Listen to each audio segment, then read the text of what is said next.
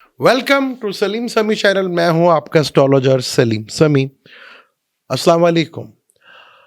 आज हम बात करेंगे जो वीनस और सैटर्न इकट्ठे हो रहे हैं 11th हाउस में, यानी कि फलक का 11वां घर है। पहले थोड़ा सा एक्सप्लेन कर दूं कि वैदिक एस्ट्रोलॉजी और वेस्टर्न एस्ट्रोलॉजी का थोड़ा सा डिफरेंट कर दूं। मेजॉरिटी में अभी तक जो भी लोग हैं वो वेस्टर्न से वो समझते हैं कि जी मैं इस महीने पैदा हुआ हूं तो मेरा ये ज़ोडिक साइन है, तो वो वीडियो उसी हिसाब से दिख रहा है, जो कि बिल्कुल नहीं होगा सही। आपको अपना वैदिक से ही पता करना होगा कि वैदिक से आपका असेंडेंट क्या है। असेंडेंट जो आप टाइम ऑफ बर्थ होता है, जो पूछते हैं कि जी आपका टाइम ऑफ बर्थ क्या है, उससे आप कैलकुलेट कर सकते हैं। अगर टाइम ऑफ बर्थ नहीं है तो मून साइन, मून एक घर में 2.25 दिन रहता है। तो जिस तरह सन ट्रांजिट एक महीने का होता है, इसी तरह मून का ट्रांजिट जो है पूरे एक महीना होता है पूरे ज़ोडिक साइन के लिए। और सन का एक महीने में एक घर में पूरा ज़ोडिक साइन पे वो कवर करता है। तो वैदिक एस्ट्रोलॉजी से आप असेंडेंट से दे सकते हैं या मून साइन से, तो फिर आप बेहतर अंदाज में चीज़ों को कैलकुलेट कर पाएंगे, चीज़ों को बेहतर प्लानिंग कर पाएंगे। जो मैंने रीडिंग दी है एनुअल हॉरोस्कोप की भी और बाकी भी जितनी भी रीडिंग देता हूँ, वो सब के सब वैदिक एस्ट्रोलॉजी से हैं। प्रॉब्लम ये है कि यहाँ पे अभी तक लोग 90% जो है वो अपना जो उनका सके जी मैं अगस्त में पैदा हूँ तो मेरा लीव है, कैंसर है, मैं कैप्रिकॉर्न, वो बिल्कुल नहीं है। सन साइन से मैं बिल्कुल भी इंडिकेट नहीं करता। मैं आपको लगन से या मून साइन से कोशिश करता हूँ बताने की, वैदिक एस्ट्रोलॉजी से।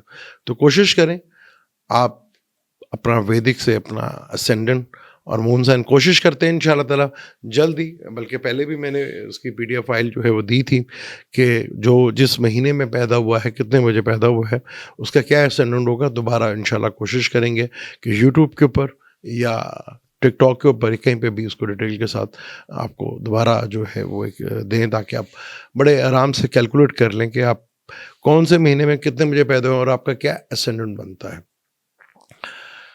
इसी जो अगले वीनस जो है इस वक्त कैप्रिकॉर्न में है और 21 डिग्री के ऊपर है, और वीनस जो है 28 दिसंबर को निकलकर अपने सैटर्न के साथ आ जाएगा। सैटर्न फलक का 11वां घर है जो कि इनकम का घर होता है, और वीनस दूसरे घर का मालिक है जो कि हमारे खाना माल का मालिक होता है। इन दोनों का कंजक्शंस और होना एक बड़ा लाभ, बड़ा बेनिफिट्स है। बहुत से लोगों को बेनिफिट्स और लाभ भी मिलेगा।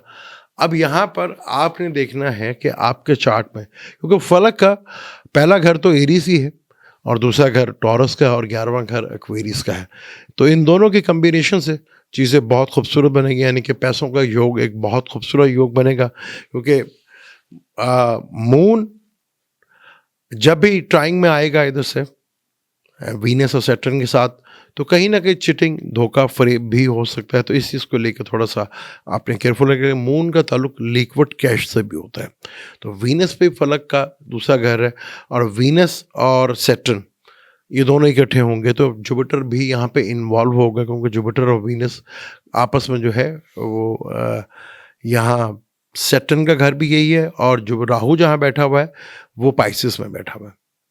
तो जुपिटर जो है टॉरस में बैठा हुआ।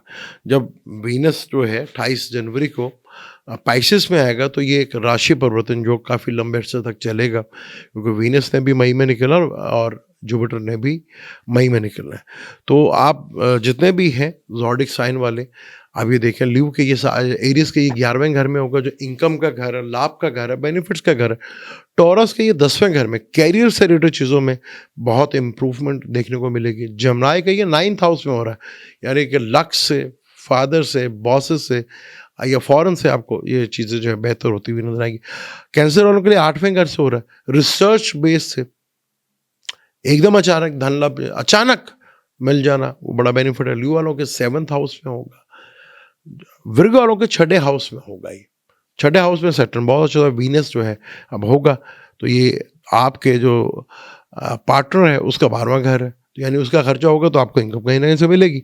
लिब्रा के ये 5th हाउस में होगा, यानी अपने इंटेलिजेंस से आप बहुत सा पैसा कमा सकते हैं।